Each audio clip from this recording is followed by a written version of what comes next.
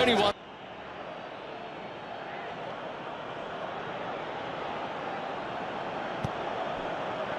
Rakitic,